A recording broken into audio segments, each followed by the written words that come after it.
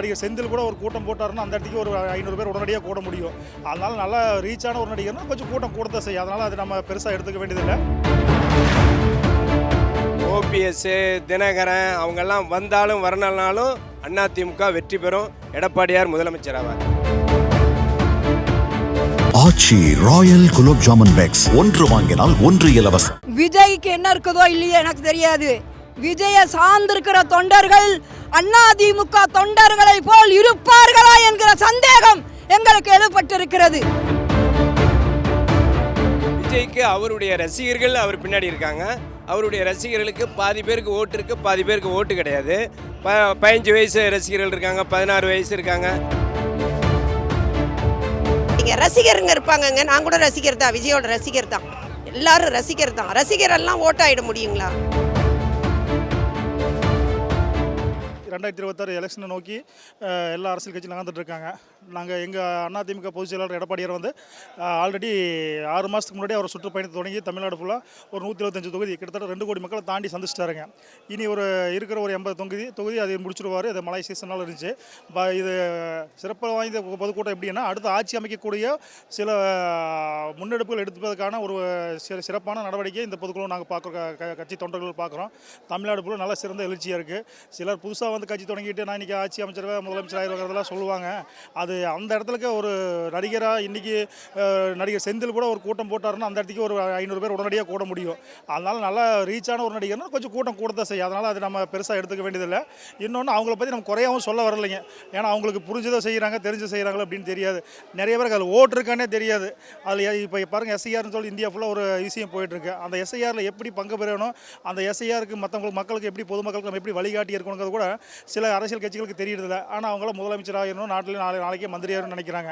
இதுக்கெல்லாம் வாய்ப்பு கம்மிங்க. அதனால் கட்சினா ஒரு வரலாற்று ஒரு புரட்சித் தலைவர் தொடங்கப்பட்டு அம்மாவால் வளர்க்கப்பட்டு எடப்பாடியார் அவர்கள் கட்டி காக்கப்பட்டு ஒரு சிறப்பாக போயிட்டு ஒரு கட்சி தாங்க.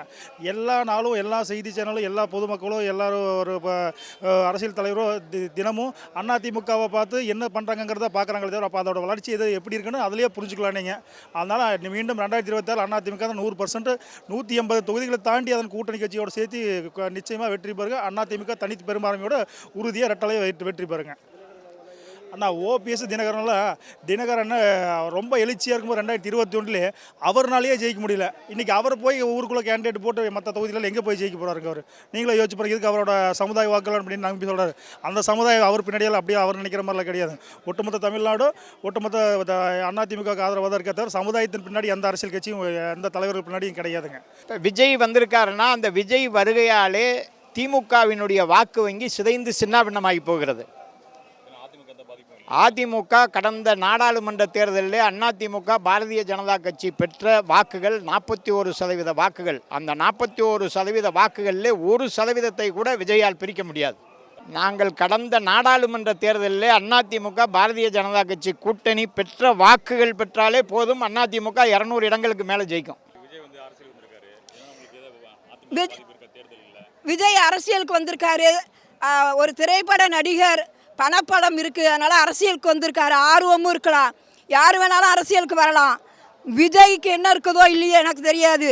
விஜயை சார்ந்திருக்கிற தொண்டர்கள் அதிமுக தொண்டர்களை போல் இருப்பார்களா என்கிற சந்தேகம் எங்களுக்கு எழுப்பட்டிருக்கிறது.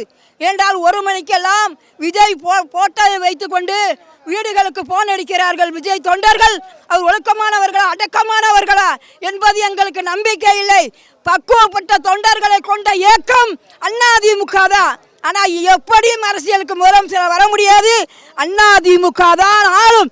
எத்தனையோ நடிகர்கள் கட்சி ஆரம்பித்தார்கள். புரட்சி தலைவர் எம்ஜிஆர் இடத்தை யாராலும் பிடிக்க முடியாது என்று இன்று பெய்த மழையிலே பெய்த காளானை போல் தொண்டர்கள் நம்பி இருக்கிறார்கள். மக்கள் நம்பினால் நட்டாட்டிலே தான் இருக்க வேண்டும் என்பதை இன்றல்ல என்றாவது ஒரு நாள் இது நீங்கள் யோசித்து பார்ப்பீர்கள். விஜய் அரசியல் இருக்கட்டும், நல்லா வரட்டும், நாங்கள் வேண்டான்னு சொல்லல. ஆனால் அதிமுகவை போல நாட்டை ஆளக்கூடிய பக்குவமும் ஆளுமையும் அடக்கமும் கண்ணியமும் எந்த ஒரு கட்சிக்கும் இல்லை என்பதை தெளிவாக சொல்லிக் கொள்கிறேன். கடந்த தேர்தலில் இழந்த வாக்குகள் அண்ணா திராவிட முன்னேற்ற கழகத்தினுடைய வாக்குகள் வெறும் 3 லட்சம் வாக்குகள் தான். அந்த 3 லட்சம் வாக்குகள் கிடைத்திருந்தால் அண்ணா திராவிட முன்னேற்ற கழக வெற்றி வாகை சூடியிருக்கும். மீண்டும் அண்ணா திராவிட முன்னேற்ற கழக ஆட்சி அமைந்திருக்கும். அந்த 3 லட்சம் வாக்குகள் சிதறிப்போனதற்கு யார் காரணம்? ஆக ஒரு அந்த வாக்கு வங்கியே சிதறி போவதற்கு காரணமாக இருந்துவிட்டு துரோகங்களை செய்துவிட்டு அண்ணா திராவிட முன்னேற்ற கழகத்தினுடைய புரட்சித் தலைவர் கண்ட அந்த சின்னத்துக்கு எதிராகவே சுயேட்சை என்ற பெயரில் போட்டியிட வைத்து இந்த வாக்கு வங்கியை சிதறடித்தது யார்? அதற்கு ஆயுதமாக பயன்பட்டது யார்? அப்படிப்பட்டவர்கள் மீண்டும் வந்து இணைந்தால் இந்த இயக்கம் மறுபடியும் அந்த வெற்றி வாய்ப்பு பெறுவதற்கு வாய்ப்புகள் இருக்கிறதா என்பதுதான் இன்றைய கேள்விக்குறி. ஆக அண்ணா திராவிட முன்னேற்ற கழகம் ஒன்றால் தான் மக்களுக்கு இன்னொரு விடியலை ஏற்படுத்த முடியும், மக்களுக்கு ஒரு நல்லாட்சியை தர முடியும். இல்லை, அதிமுக பலமாக எடப்பாடியார் தலைமையில் இருக்குது. அதிமுக 100% எடப்பாடியார் தலைமையில் இருக்குது. அதில் எந்த மாற்றமும் இல்லை. அதிமுக மீண்டும் ஆட்சிக்கு வரும், எடப்பாடியார் முதலமைச்சராக வருவார். யார் போனாங்க அதெல்லாம் பிரச்சனை இல்லை. அதிமுக தொண்டர்கள் எடப்பாடியார் தலைமையில் இருக்காங்க.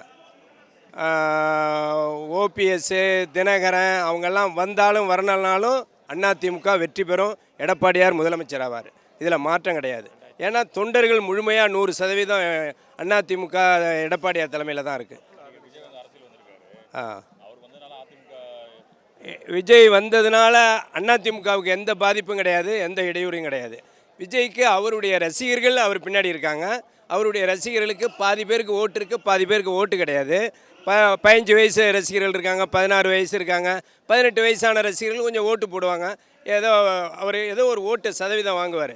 அவர் ஒன்றும் பெரிய வெற்றி வாய்ப்பு கிடையாது அவருக்கு. அவரால் எங்களுக்கு எந்த பாதிப்பும் கிடையாது. அதிமுக பிஜேபி கூட்டணி இப்போ இருக்குது. இதோட அன்புமணி எங்களோட வந்து சேருவார்னு எதிர்பார்க்குறோம். விஜயகாந்த், பிரேமலதாவும் எங்களோட வந்து சேருவாங்கன்னு எதிர்பார்க்குறோம். அப்புறம் சின்ன சின்ன கட்சிகள், நிறையா கட்சிகள் கூட்டணி எங்களோட இருக்குது. ஜி.கே. வாசன் எங்களோட இருக்கார். இது போன்ற ஜி.கே. வாசன், பாரிவேந்தர், இது போல் சின்ன சின்ன கட்சிகள்லாம் இருக்குது.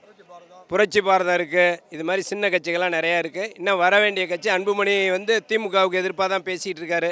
அதிமுகவில் தான் அன்புமணி கூட்டணி சேருவார்.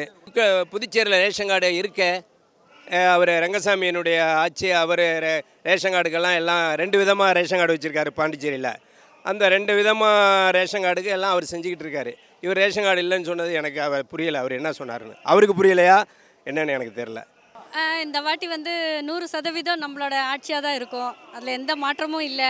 இப்போ பார்த்தீங்கன்னா இந்த கூட்டத்தை பார்த்தீங்கன்னாலே தெரியும் உங்களுக்கு. வந்துட்டு இந்த வாட்டி வந்து நம்ம தான், அதுக்கு எந்த இதுவும் கிடையாது. 100%. அதனால எந்த பாதிப்பும் இல்லைங்க. வந்துட்டு பாதிப்பு இல்லைன்னு தான் சொல்கிறேன் நான். ஏன்னா வந்து கூட்டணிங்க வர்றதுக்கு வாய்ப்பு இருக்கலாம். அவர் செங்கோட்டையன் போகிறது வந்து அவரோட தவறு இருந்தாலுமே வந்து என்ன சொல்கிறது, அவர் எந்த ஒரு இதுவும் இல்லை, பாதிப்பு இல்லை. தெளிவாக இருக்காங்க. அம்மாவோட ஆட்சி வரணும், அம்மாவுடைய ஆட்சி எடப்பாடியாருடைய தலைமையில் வரணுங்கிறதுல தெளிவாக இருக்காங்க. ஆனால் என்னென்னா இப்போ இருக்கக்கூடியவங்க சும்மா அதாவது 4 பிரிஞ்சிருக்கு, 5 பிரிஞ்சிருக்கு, அதெல்லாம் ஒன்றும் கிடையாதுங்க. ஜனவரிக்கு அப்புறம் எல்லாம் யார் யார் ஓடி போனாங்களோ அவங்கெல்லாம் தன்னால் இங்கே வரணும். அவங்களுக்கு வேறு வழி கிடையாது. அதிமுக போர்வையில தான் அவங்க இத்தனை வருஷமாக அவங்க வந்து சுற்றிக்கிட்டு இருந்தாங்க. அந்த போர்வையை விட்டு வெளியே போனால் அவங்களுக்கு மரியாதை இருக்காதுங்கிறது தெரியும். தாவேக்காவது போகட்டும், இல்லை எங்கேயாவது போகட்டும், திரும்பவும் பழையபடி இங்கே தான் வரணும். அந்த வரும் பட்சத்தில் அண்ணன் வந்து அவங்கள வந்து அதாவது எந்த ஒரு நிபந்தனையும் இல்லாமல் அவங்கள சேர்த்து, அதாவது அதிமுக மீண்டும் 2026 ஆட்சி அமைக்கணும், மக்களுக்கு சேவை செய்யணும். அதெல்லாம் ஒரு பாதிப்பும் இல்லைங்க. ரசிகருங்க இருப்பாங்கங்க. நான் கூட ரசிகர் தான், விஜயோட ரசிகர் தான். எல்லாரும் ரசிகர் தான். ரசிகரெல்லாம் ஓட்டாயிட முடியுங்களா சொல்லுங்கள் பார்ப்போம். அதாவது அதாவது மக்கள் என்ன சொல்கிறாங்கப்பா, மற்றவங்கன்னா சிறுபான்மை ஓட்டை பூரா பிரிச்சுடுவாங்களாம். சிறுபான்மையில் இருக்கவங்கெல்லாம் மூளை இல்லாமையாக இருக்காங்க. சொல்லுங்கள் பார்ப்போம். அதாவது ஒரு சின்ன பையன் இன்றைக்கி வந்தால் அவன் பின்னாடி போனால் அவங்களுக்கு என்ன செய்ய முடியும் அவரால்? அதாவது ஏதாவது ஒரு அரசியலில் நின்று அந்த அனுபவங்கள் இருந்தால் மக்களுக்கு இதை செய்யணும், இது செய்யக்கூடாதுங்கிற அனுபவம் இருக்கணும்.